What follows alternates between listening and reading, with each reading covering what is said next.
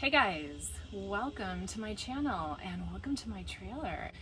The channel is actually going in a completely new direction. If you're here for the knitting, that is not going to happen. However, a large cat is happening and he's just right in my way. I'm not talking about the knitting today. However, if the cat gets out of my lap, I'll be able to do some knitting while I'm talking, because I like to keep my hands busy. So I'm still knitting in my life, but that's not what I'm doing here on the channel. So judging by the title, you kind of know what I'm going to be talking about, and it is something that is super intriguing to me and something that I am interested in. And yes, I'm going to be talking about the Hotel Cecil today, and that is in Los Angeles. Have you heard of the Hotel Cecil? But when I first heard about it, I was immediately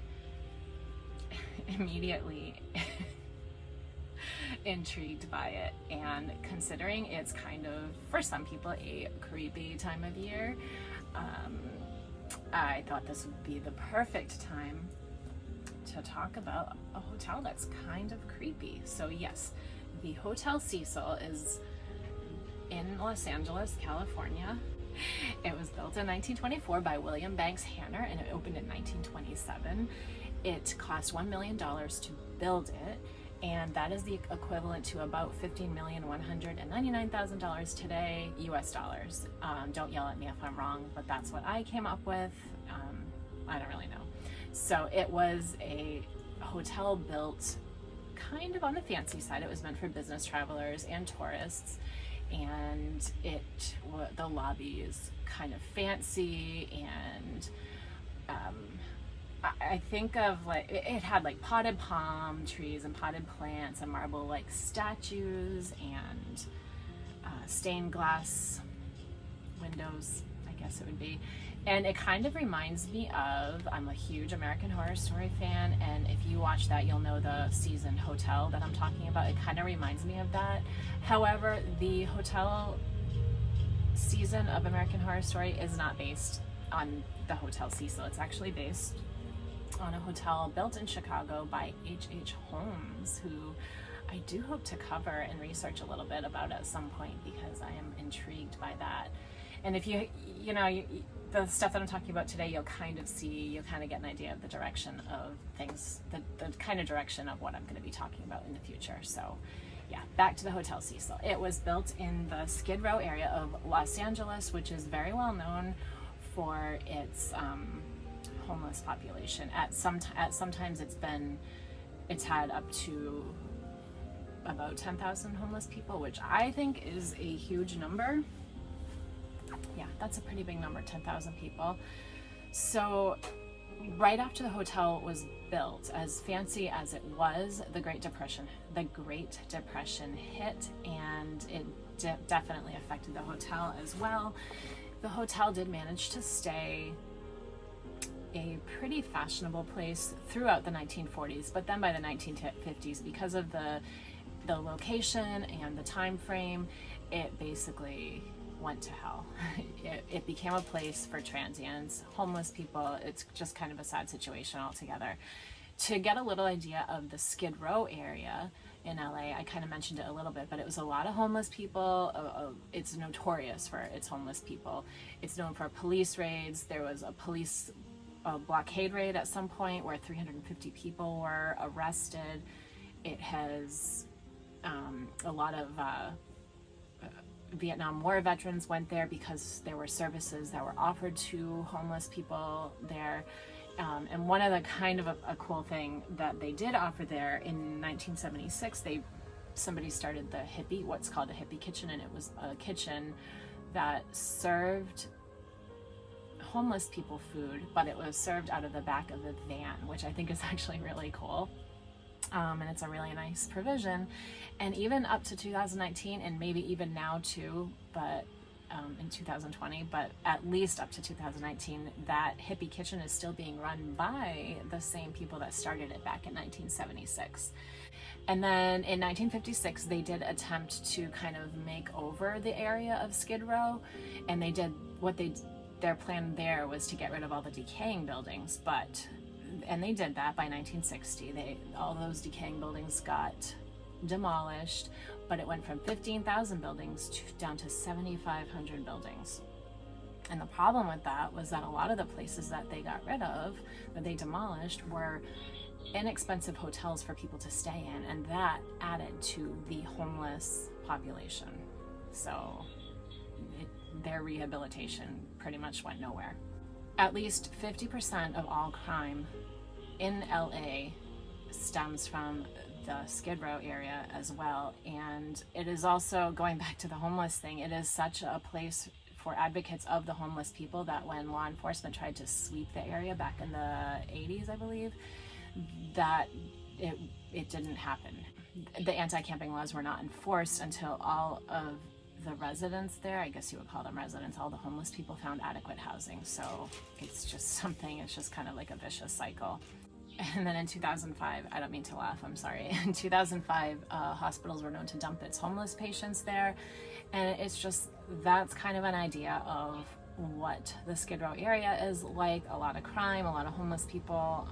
It's kind of a really, really sad thing. And the Hotel Cecil is right in that area, so you can kind of see why at some point, not long after it opened, it actually ended up becoming a place known for transients. So in 2011, there were new owners, and they changed the name to the Stay on Main, which I don't think is as good of a name, I guess. I think I like the Hotel Cecil better. It sounds a little fancier.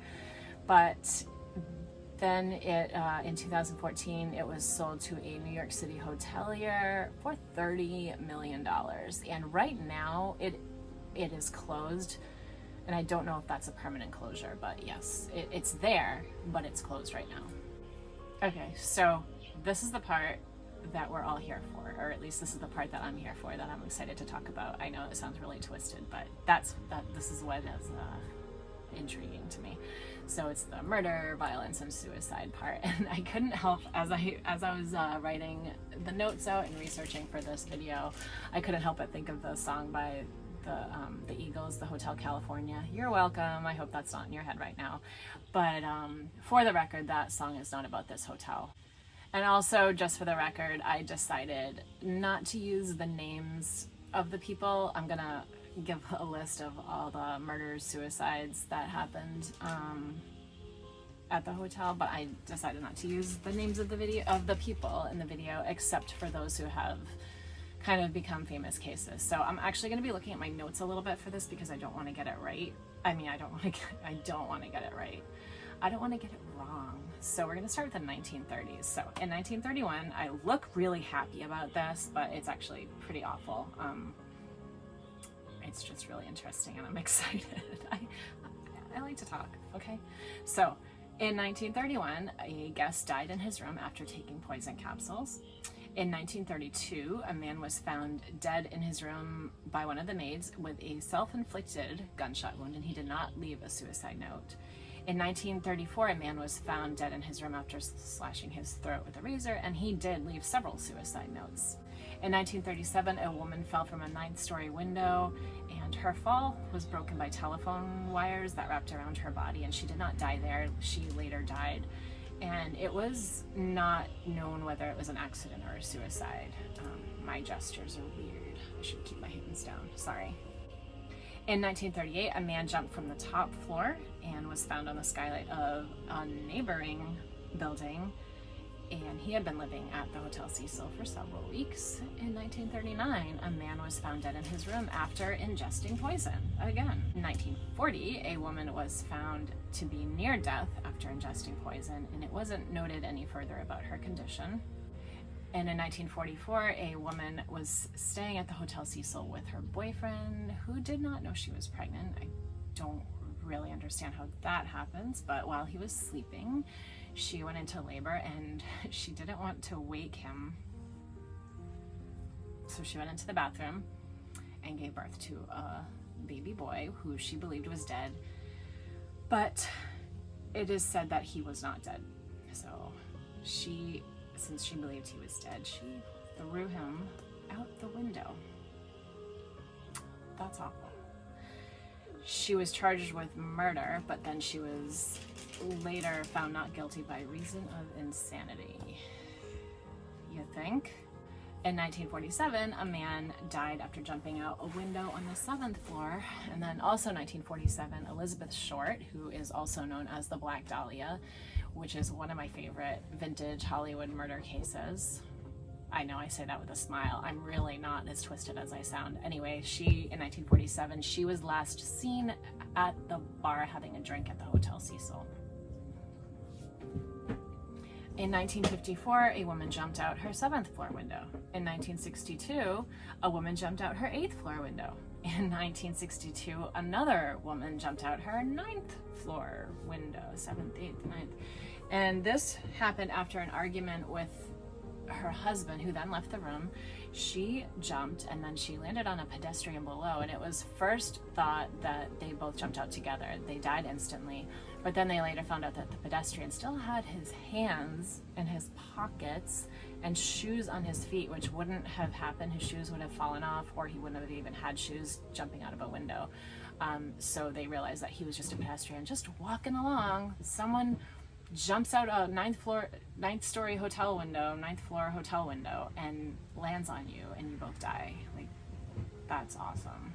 In 1964, a telephone operator who had been living there for quite a while and was well known and well liked, was found dead in her ransacked room after being raped, stabbed, and beaten, and her death is still unsolved. And in 1975, a woman jumped from her 12th floor window. And then in 1982, a man was found dead in the alley behind the hotel, and it's believed he either jumped or was pushed. They're not sure if it was an accident or suicide, from the 15th story. They actually never knew his identity either. Another intriguing case to me, this is probably, if you know the Cecil Hotel, this is one of the reasons why you probably know it. And the serial killer, Richard Ramirez, was actually believed to stay there in the 80s during some of his killing spree. So that's kind of interesting. And then in 1991, Austrian serial killer Jack Unterweger, and I believe he was also a journalist, but he also stayed at the Hotel Cecil, and it's thought that he stayed there to copy Ramirez's serial killing murders. And he strangled and killed at least 3 sex workers there, and then he was later charged and convicted, and he hanged himself after he was convicted, although he did not hang himself at the hotel. And then here's another story that, or I hate to say story, it actually happened, so it's not a story, but another reason why you might know the Hotel Cecil, and that is because in 2013 there was a traveling Canadian student named Elisa Lam who stayed at this hotel, and she was found on hotel cameras to be behaving erratically, and sadly these videos ended up going viral. But in the videos you could see her in the elevator acting really strange. She would be repeatedly pressing buttons, hiding in the elevator, and then jumping out and looking. And there are a lot of theories as to what was going on there.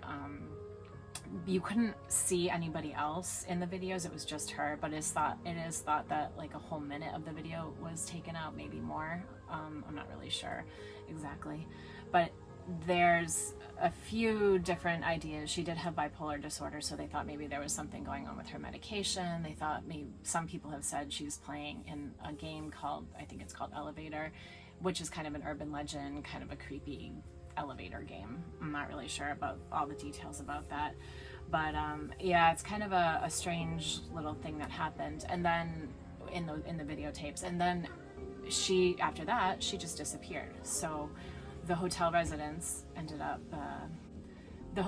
started complaining about low water pressure and an odd tasting water in the hotel.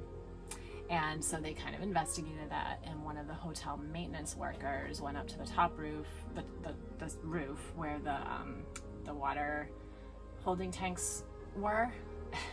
Oh, this is awful. And they found Elisa Lam's body in one of the water tanks, and she was naked. Her clothes were right near her. It's a mystery as to what happened. Her death was ruled as an accidental drowning, with her bipolar disorder maybe contributing to the cause. But there's a lot of information about this. I believe it's not anything that's ever been solved. Some even say it's a made-up story, but I don't really know. I'm skeptical about the accidental drowning. I have my thoughts about that. I would love to know what you think about this. If you've heard about the Elisa Lam case, definitely comment down below. I would love to have some kind of discussion. I would like to hear what other people have to say. It's so interesting to me. And don't get me wrong, I think it's very, very sad, but it's also really interesting. And I would really like to know what you think about that, or about any of the other cases that I've mentioned here, possibly Richard Ramirez or the Black Dahlia. Those are definitely cases I'd like to talk about in the future. So you kind of have an idea of the direction that my channel is going. I got a lot of interesting stuff that I'd like to talk to you about. And then just one last death from the Hotel Cecil. In 2015, a man was found dead outside the hotel, and it is undetermined whether or not he committed suicide by jumping from the hotel. So I guess they couldn't really tell if it was from that hotel or maybe another building. But yeah, that's the list of the deaths, murder, suicide, and violence, and all that horrible stuff that happened at the Hotel Cecil. So it's not all murder, suicide, and violence at the Hotel Cecil. There are a couple of fun facts about it. In 1987, the musical band U2 performed an impromptu musical concert on a rooftop of a building right near the Cecil Hotel, and you can see the Hotel Cecil in the backdrop of the video of the song Where the Streets Have No Name. So also, as far as music goes, Blink-182's video, The Rock Show, you can see the Hotel Cecil in the background of that video. There's also a podcast called the No Sleep Podcast, which is a horror fiction short story loosely based on what happened to Elisa Lam and the setting for that podcast is at the Hotel Cecil. I believe that means that their little fiction short story was based or happened at the Hotel Cecil. So as a fan of podcasts and of creepy and interesting weird things like that, I am definitely interested in listening to that podcast, and I haven't listened to it yet, and I didn't even know about it until I started reading about the Hotel Cecil. So I'm definitely going to check that one out, and if you listen to it, let me know down below what you think about that. So I've also looked at a few videos because of being so intrigued with the Hotel Cecil. I've watched a few YouTube videos of people who have stayed there, and the floors where the rooms are seem to be very badly maintained, kind of dingy and dark, and the rooms are small. And I'm kind of a hotel snob. We do end up staying at a lot of hotels, and they're not like 5-star hotels or anything, but they're clean and they're bright and they're modern. So I'm a little bit of a snob for hotels. So when I saw people's videos of the Hotel Cecil, it was kind of like, it doesn't look like the nicest place. It looks like kind of an old, crappy apartment building. And they have some interesting experiences there. I would definitely check out a few on YouTube. But then I've looked at the reviews on the Hotel Cecil, and some people say it's a great place to stay. So it's hard to really know what it's like unless you're there. So if you know anybody who's stayed there, or you've stayed there yourself, please comment down below. I'm super curious to see what you think, what it's like, if you know anybody that's been there. Yeah, I think that would be really cool to talk about that. So overall, I'm curious to see what you think about all of this. Have you heard of the Hotel Cecil before watching this video? You probably have. What do you think about its shady history? And I don't know, would you stay there? I think I would tour the hotel if they allowed tours, which they probably don't. I don't know that I'd stay there, probably more than anything because I'm kind of a hotel snob. I probably wouldn't stay there because of that. I also don't know how expensive it is. But I would love to know what you think about it. Talk down below. Let's have a conversation. Yeah, and if there's anything else you want me to talk about that you think would be really interesting, I'm just starting out here, so I do have quite a few ideas up my sleeves and all the stuff that's already in process. So yeah, I'm gonna be talking a lot more, and yeah, I hope you have a great day, and I will talk to you soon. Okay, bye.